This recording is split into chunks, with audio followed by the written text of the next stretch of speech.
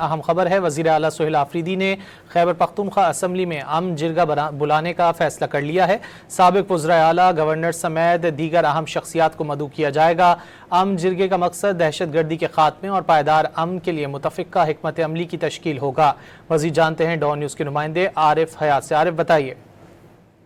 جی بالکل، یہ پاکستان تحریک انصاف کے سینئر قیادت کا وزیر اعلیٰ ہاؤس پشاور میں ایک اہم اجلاس ہوا ہے، جس میں پی ٹی آئی کے چیئرمین بیرسٹر گوہر، وزیر اعلیٰ محمد سہیل آفریدی،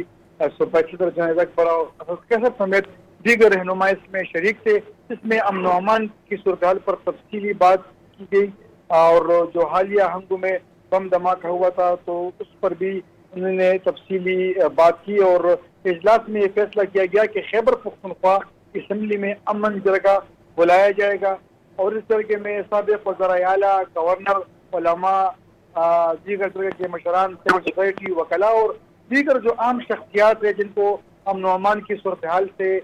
کافی ان پر عبور حاصل ہے، تو ان کو مدعو کیا جائے گا اور ان سے تجاویز لیے جائیں گے۔ امن جرگے کا مقصد یہی ہوگا کہ دہشت گردی کے خاتمے اور پائیدار امن کے لیے متفقہ طور پر ایک حکمت عملی جو تشکیل دی جائے۔ اس میں جو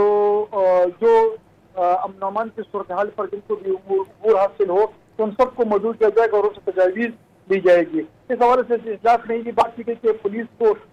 جدید آلات اور تربیت اور دیگر وسائل کی فراہمی جو تو وہ حکومت کی اولین ترجیح ہے، اور امن و امان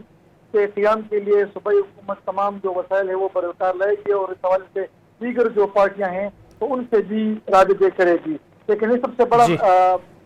جو قدم ہے وہ لگ رہا ہے کہ اسمبلی میں ایک اہم جرگہ جو ہے تو وہ بلایا جائے گا، جس میں سابق وزراء اعلیٰ اور گورنر اور عام شخصیات کو بھی مدعو کیا جائے گا۔ جی بہت شکریہ عارف حیات ان تفصیلات کے لیے۔